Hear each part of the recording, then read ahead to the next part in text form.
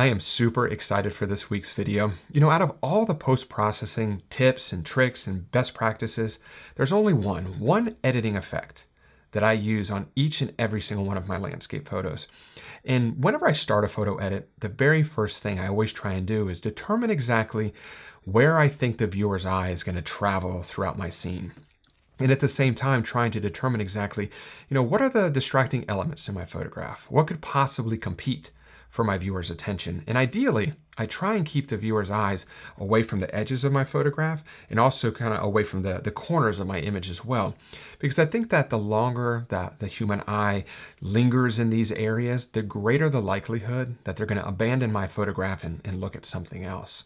And I'm always trying to maximize the amount of time that a viewer, spends their attention on my photograph.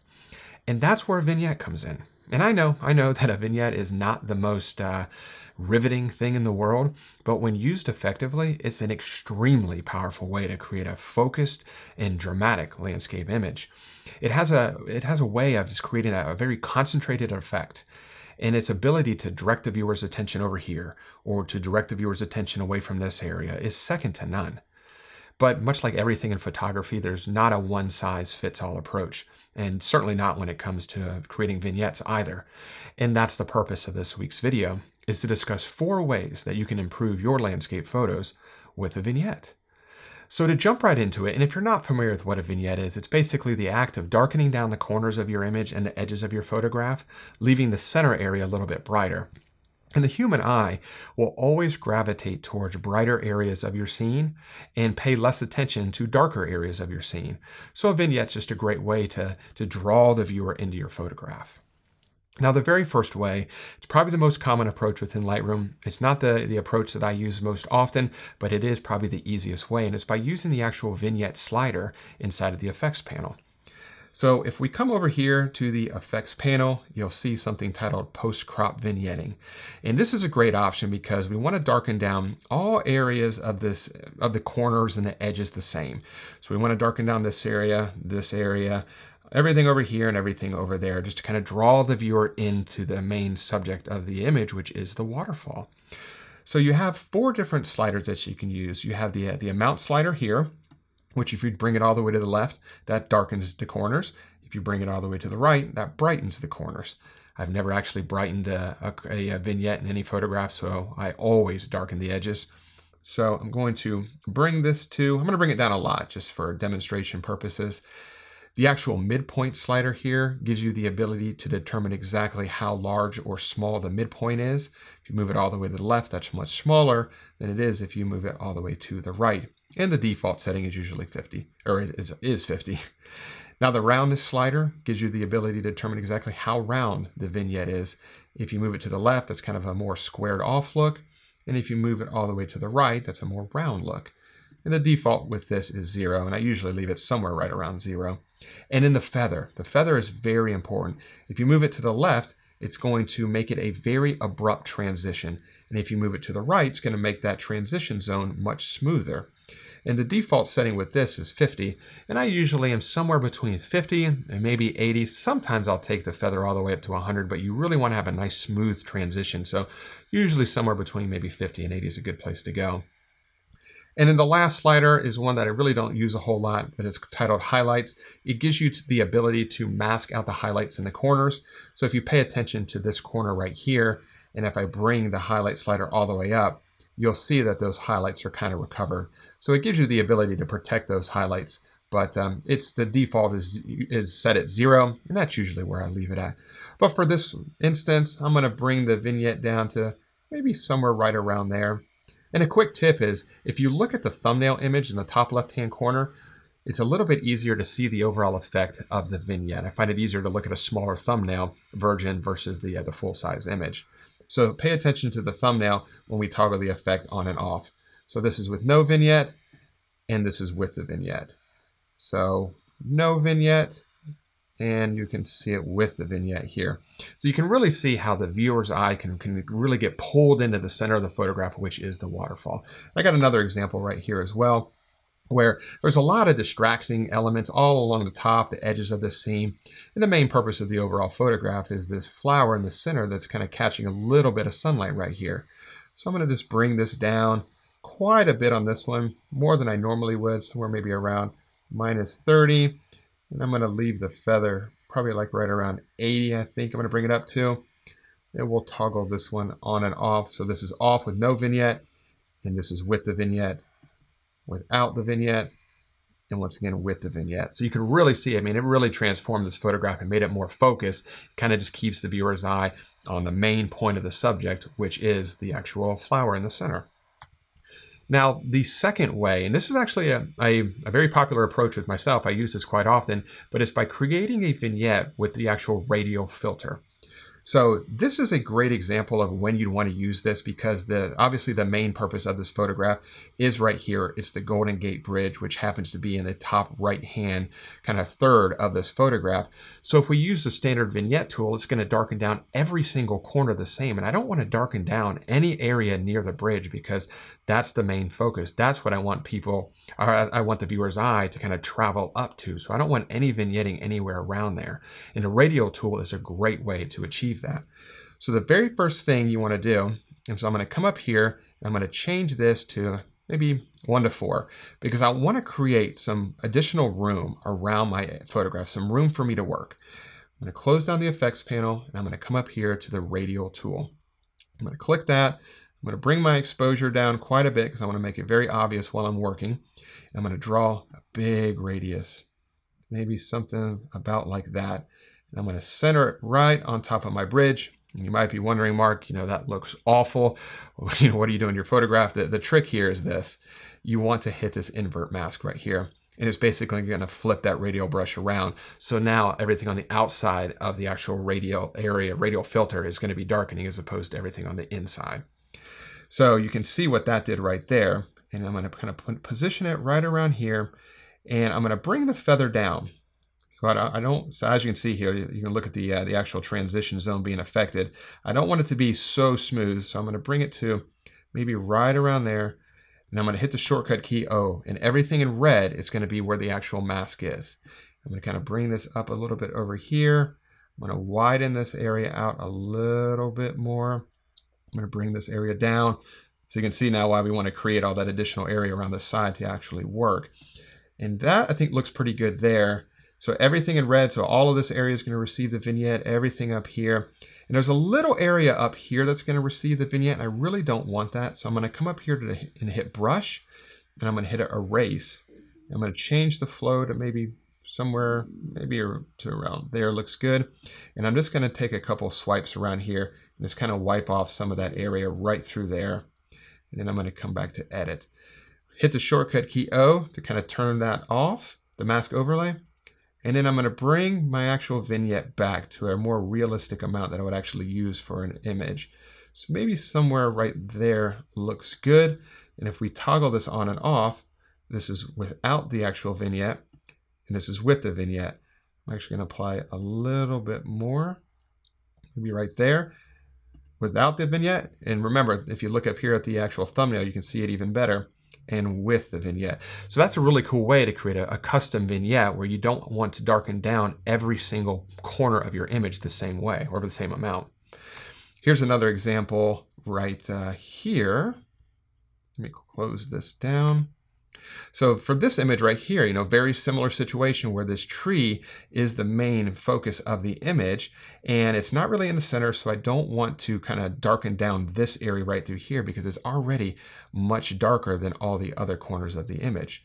So I'm going to come up here to the radial filter once again, and I'm going to draw a large radius right around my tree, right about there. We'll invert that. I'm going to bring the feather down just a hair, maybe to about right there. Looks good. Increase this a little bit more. Bring this down here. And remember, I don't really want to darken this area quite as much.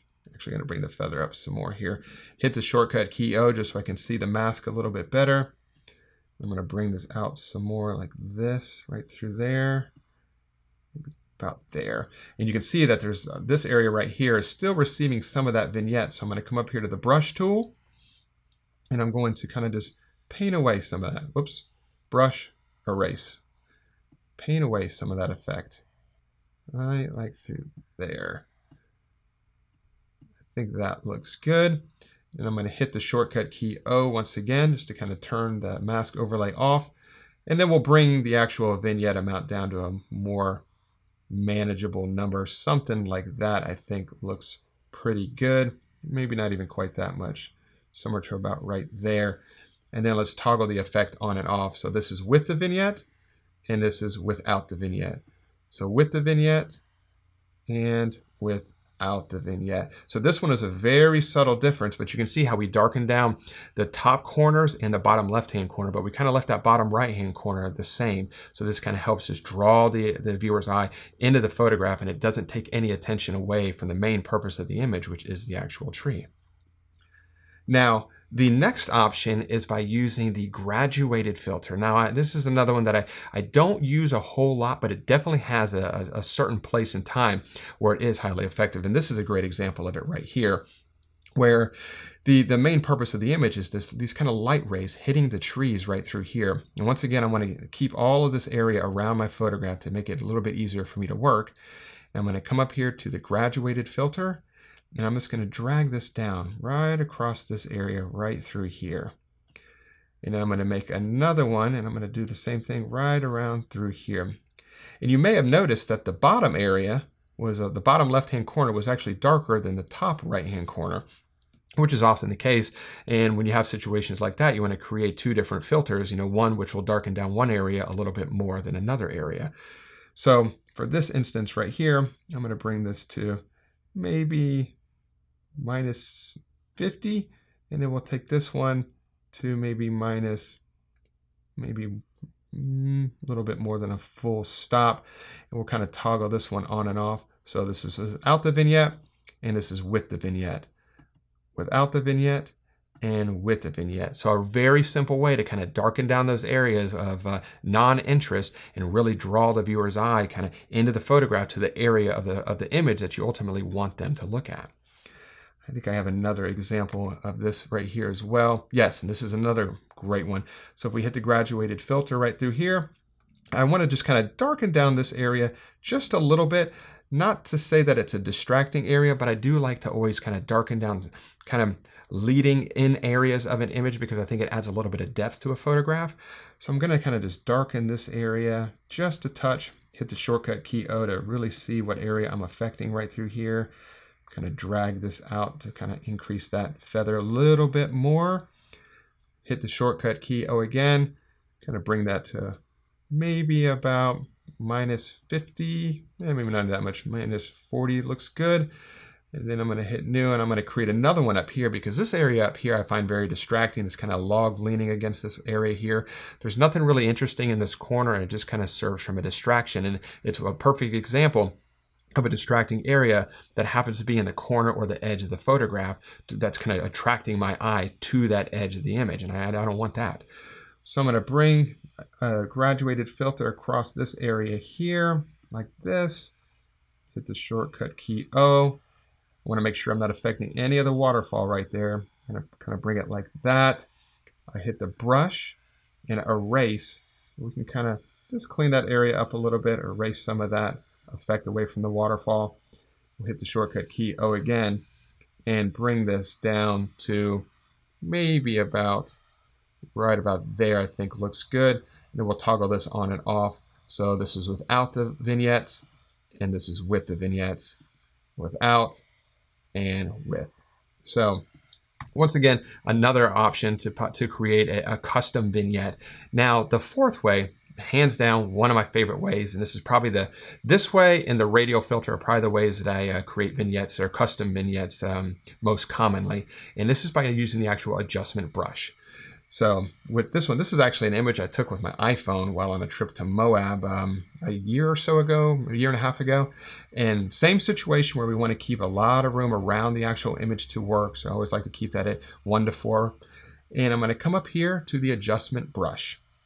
And I'm going to, we can leave the exposure to at -2 stops just for, to make it easier to see what we're actually doing.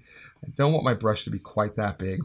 And you always want to, or at least I always do, put my flow somewhere maybe around, I would say in the mid-30s. And what we're going to do is we're going to basically paint the vignette effect only in the areas that we want it to be in. So for this photograph, I want to kind of darken down these areas. So I'm just going to make kind of like swipes. So make a swipe like that, right through there, kind of up through here, along there, this area, down there, maybe one swipe right there. And I don't want to do a whole lot through here. Maybe one subtle swipe right across the bottom right there looks good. And then I'm going to kind of bring the exposure back slightly. And then let's toggle the effect on and off just to see exactly what we did. So this is without the vignette, and this is with the vignette.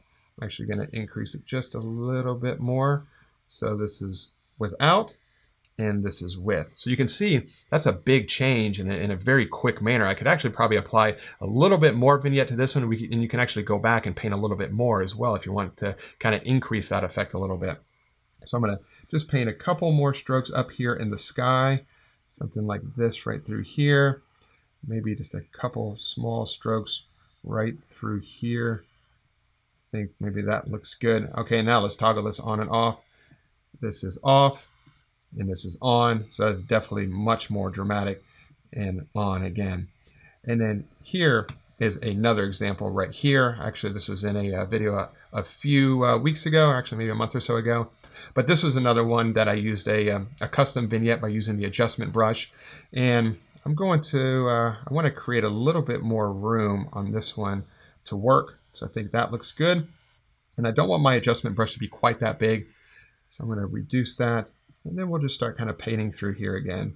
Just like this, all along this top area here. I'm going to increase my flow just a little bit to maybe about 50. Kind of go back through here again. I'm going to be a little bit heavy-handed just so it's easier to see. And I don't really want to darken this area here, and I don't want to darken this area here because those are right along the edges, and those areas are really already dark enough, and I don't want to make them almost pure black.